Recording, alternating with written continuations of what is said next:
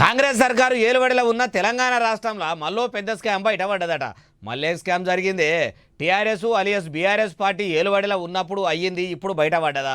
ప్రజాపాలన అని చెప్పుకునే కాంగ్రెస్ సర్కారు వాళ్ళది బయటపడ్డదా? అసలు ముచ్చటేంది అంటే అన్ని ముచ్చట్లు వివరంగా వివరిస్తా పాండ్రి. మళ్ళీ సర్కారు అధికారంలోకి వచ్చుడేమో గానీ ఆరు పార్టీ ఏలుబడిలో జరిగిన స్కాములు దినానికి ఒకటి బయటకు వస్తున్నాయి కదా.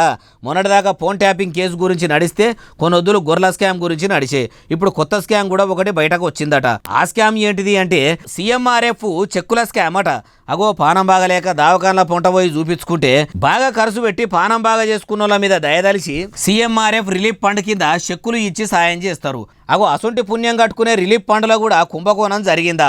పానాలు నిలబెట్టేందుకు అవసరమయ్యే దాన్ని కూడా ఆగం చేసే పాపాత్ములైన పాలకులు తెలంగాణలో ఉన్నారా అంటే ఉన్నారట. కొందరు లీడర్లు కావాలని ప్రైవేట్ ఆసుపత్రులతోని చేతులు కలిపి చాలా పైసలే పక్కకి వేసుకున్నారట.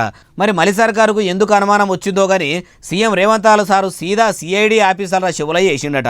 రాష్ట్రంలో కొన్ని దవాఖాన్ల మీద సిఐడి అధికారులు నజరు పెట్టి మరీ అన్ని చెక్కింగ్లు చేస్తురట. కొన్ని దవాఖాన్లలో ఇప్పటికే డూప్లికేట్ ఫారాలతోని పైసలు లావట్టినట్టు ఆధారాలు దొరికినాయట. ఒక దవాఖానాని కాదు, రెండు దవాఖాన్లని కాదు, మస్తుగానే ఉన్నాయట. రాష్ట్రంలో ఉన్న అన్ని ఆసుపత్రుల మీద పడి పెద్దెత్తున విచారణ చేయాలని చూస్తురట.